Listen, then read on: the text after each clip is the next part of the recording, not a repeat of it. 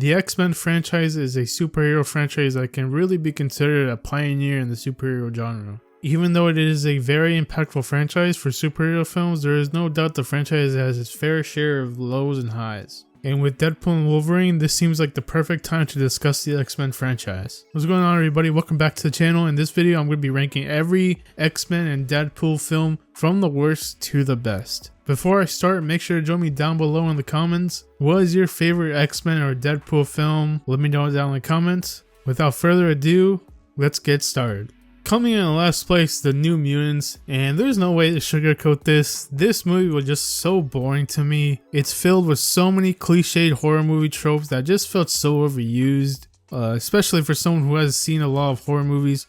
The characters are so painfully generic. There's just nothing unique or distinct about the characters. I will admit part of the reason I find this movie so boring is because it was released after the Disney Marvel had bought Fox in the first place. So as someone who basically knew this before watching, it just made the movie feel so unimportant, but there's just like no excuse for how just boring and generic this movie is. Coming in at number 13, X-Men Origins Wolverine. And the first time I watched this movie was when I was about 8 years old. And as an 8-year-old, I thought this was one of the coolest movies I've ever seen.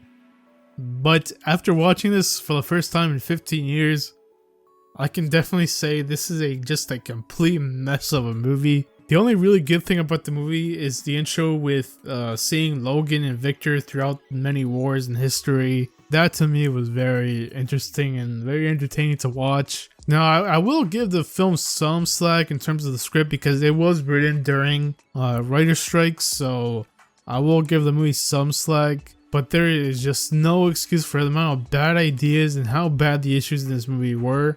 Oftentimes the film seems like it's missing scenes because the characters just seem to jump from location to location with little explanation of how they got there. The pacing of this movie is just downright horrendous. There's so many bad ideas in this film, such as having Wolverine's wife secretly being a mutant who basically hid that from him and basically faking her death. Like, to me, that's just a weird storyline, a weird subplot, to having the most pointless sibling rivalry with Logan and Victor that just felt so, a rivalry that just felt so meaningless to me. And most importantly, ruining one of the most anticipated live action adaptations of a beloved character by making him look like Baraka from Mortal Kombat. Look how they massacred my boy. The only reason I'm not putting this in last place was even though this movie was worse than New Mutants, I was overall more entertained by this movie. And I also do have some nostalgia for this movie, so there's that. So yeah, coming in 13th place, X-Men Origins. And coming in at number 12, X-Men Dark Phoenix. So funny story about this movie. When I first watched this movie, it was literally a few days after my high school graduation. A friend of mine dragged me into watching this movie, and I just remember being so bored watching this movie to the point where I actually fell asleep in the theater for the first time ever. So for 5 years, I've had this like kind of massive grudge against this movie for making me fall asleep in the theater. Watching this 5 years later, however, I can say that it's not as boring as I remember it being, but I still think this movie is pretty boring. Overall, I think the real reason why is because the movie just has a massive lack of tension. I mean, the characters aren't even aware of the main villain until like the last 40 minutes of the movie. So it just feels like it's a massive lack of tension or desire to see what happens next for a majority of the movie. The whole movie just basically feels like the X-Men just trying to calm down a cranky teenager. So overall, the movie to me just lacks so much tension or urgency to the plot. I will say I think the acting and the performances are pretty good, but it's just not enough to carry just the lack of urgency is really just incredible. And coming in at number 11, X-Men The Last Stand. And this one is kind of tricky for me because when I was watching these movies in preparation for this ranking, I watched them in chronological order. So I started with the McAvoy films, then I kind of switched over to the original 2000s trilogy. And I feel if I had started with this trilogy of films, that I probably would have liked this film more. But one reason I think that because the prequel films kind of like they retcon a lot of stuff in this movie, and it kind of makes the decisions by some of the characters feel odd. And for example, having Mystique being kicked out of the Brotherhood by Magneto. So if they were so close in the prequel films, it wouldn't make sense for Magneto to basically kick her out like that. So it just had some weird, odd moments, especially if you watch the prequel movies before the 2000s trilogy. And also throughout the film, I just couldn't stop thinking about how similar the plot is to Dark Phoenix. But I honestly just enjoy Last Stand more than Dark Phoenix, mainly because of the subplot of humans versus mutants. Which was just so intriguing. Adding Kelsey Grammer as Beast also helps a lot, which I personally enjoy his performance as Beast more than Nicholas Holt's. But the main issue I have with this movie is just it always feels like there's two plots competing against each other.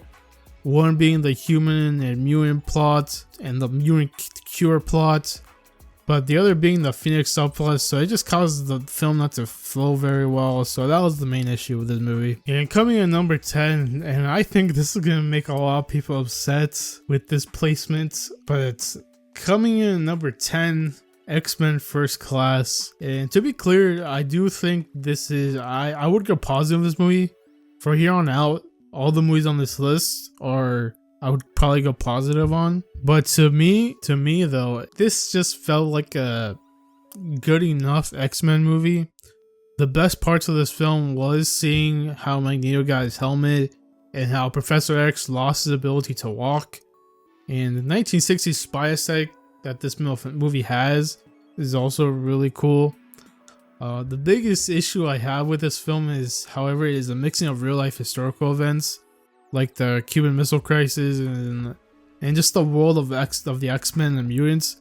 I just don't think the two mix very well, and to me it just prevents me from really getting invested into the story, to the characters. It could be that I'm just not familiar with like historical events like the Cuban Missile Crisis and all that, but on top of that, I just don't think the main villain of the movie is just very interesting or unique, even though I think that Kevin Bacon does a good job as the villain.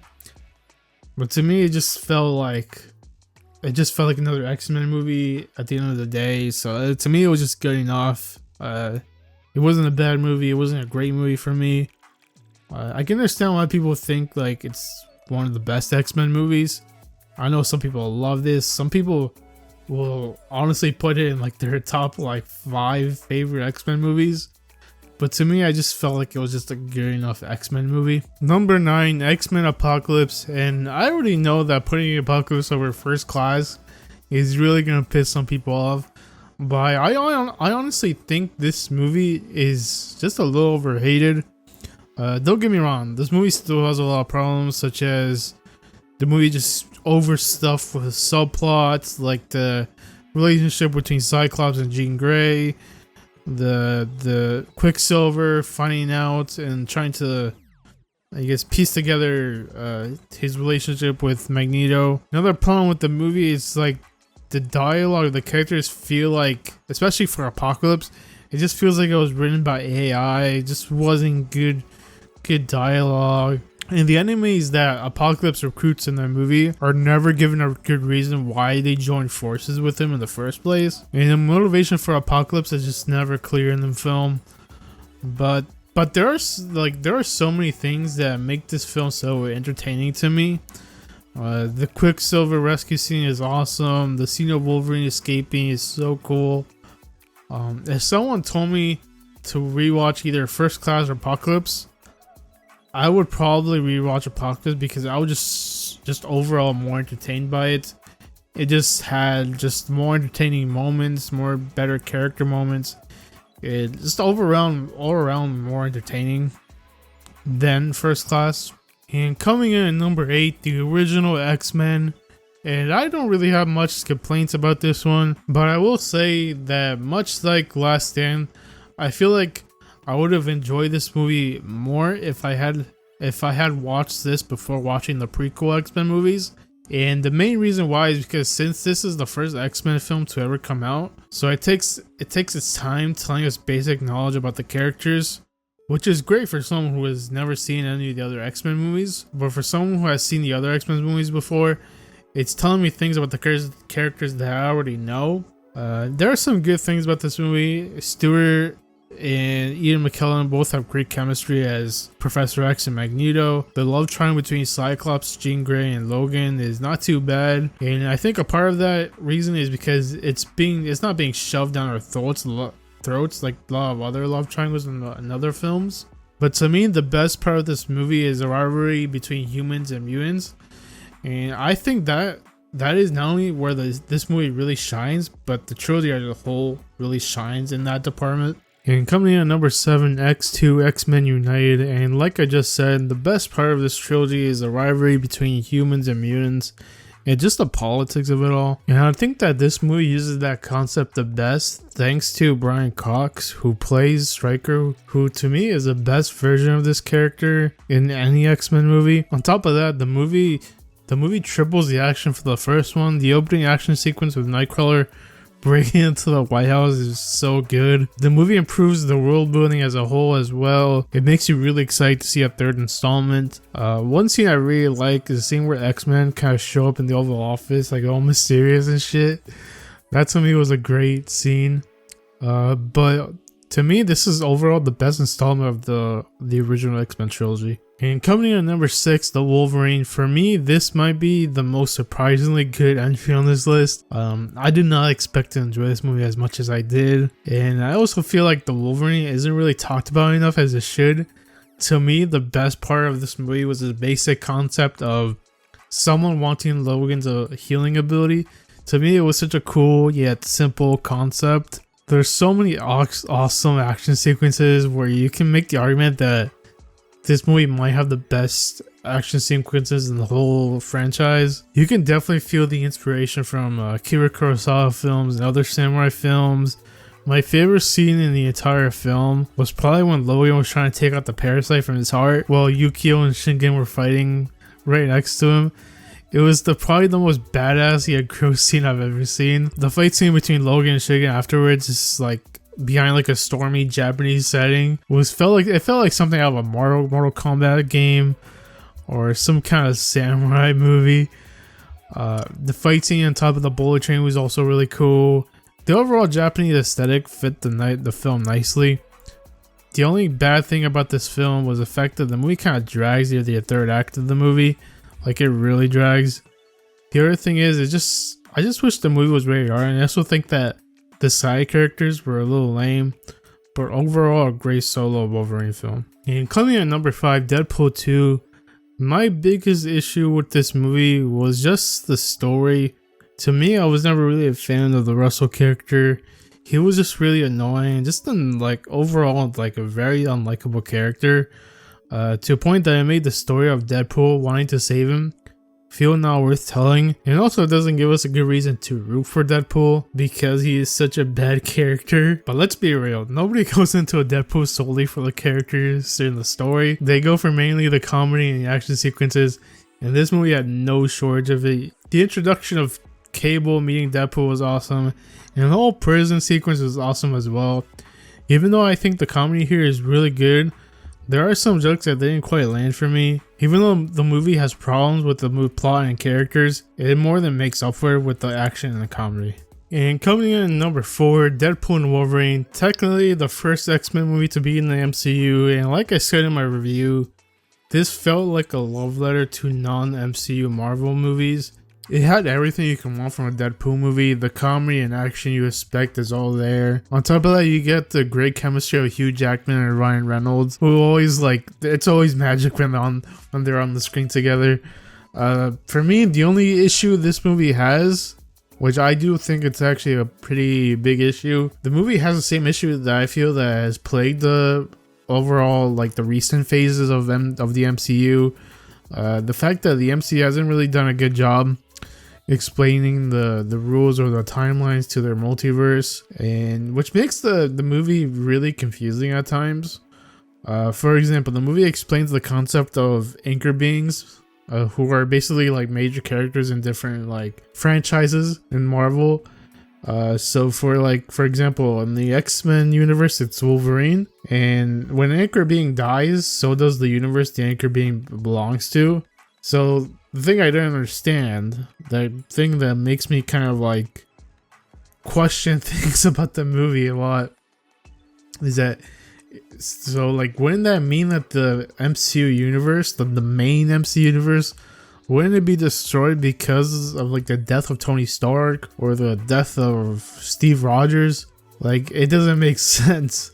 So the whole concept of the multiverse was a thing that just really bothered me throughout the film. I just wish Marvel would just find a way to kind of explain everything. But to me, this film was great. The only downside was the multiverse thing, but overall a great film. And coming in third place, X-Men Days of Future Past. And to me, this is the best classic team up X-Men movie.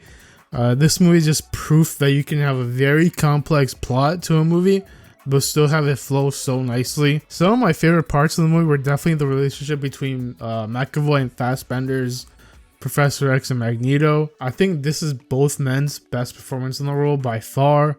The last 20 minutes of the movie are so amazing. Seeing Magneto lift a whole entire stadium is one of the coolest things they've done in these movies. This movie also explores the relationship between this version of Professor X and Mystique, which I think is very intriguing. The relationship between Jennifer Lawrence's Mystique and James McAvoy Professor X is just so, they just have like this kind of older brother sister type of vibe, and I think it works so well. The performances between them are really good. The future scenes were also really entertaining. It perfectly captures like this dystopian future, and they do it so well. To me, this is definitely my favorite X-Men movie. And the runner-up, Deadpool. I was so hyped to watch this when it first came out, and it completely exceeded my expectations. Probably the funniest superhero movie I've ever seen. Almost every joke lands for me in this movie. The fact that the story is told kind of like out of order, this is low-key such a nice touch, because it perfectly fits like the chaotic world of Deadpool, and it fits the tone so nicely. The action here is great, especially in the opening scene. Just everything about this movie is so great. To me, the best Deadpool movie so far. The amount of people that wanted Fox for years to make a Deadpool movie, even before the train wreck that was X-Men Origins, this movie was so worth the wait. And coming in first place, Logan. So when I first watched this movie, when I was 16, a 16-year-old sophomore in high school. And I actually kind of regret watching it as a 16-year-old. I feel like I didn't really give the movie a chance, really, or just really care about the movie when I first watched it. Watching it 8 years later, however, I really regret not giving this movie a chance. What an epic freaking movie, man. To me, this is not a superhero movie. This is so much more than a superhero movie. It's just an epic action adventure film that makes our two lead mutant characters, in a way, more human than ever. This is definitely by far the best performance of not only Hugh Jackman as Logan, but Patrick Stewart as Professor X as well. Making this rated R was such a brilliant idea, because every time Logan uses his claws or opens his mouth whatsoever, it just feels more emotional and raw and real. I love the inspiration from like neo-noir films, from Dark Knight. What an epic roller coaster of a movie, man. And for that reason, it comes in at number 1. Remember to join me down in the comments. Let me see your rankings of every X-Men movie. I would love to hear from you guys. I've also done 3 other rankings of different franchises: Quiet Place, Planet of the Apes, and Mad Max. I'll link them all down in the description. Make sure to check out my other 2 channels for more content. Thank you to all my Patreon members for supporting all 3 channels. And thank you all for watching. Peace out.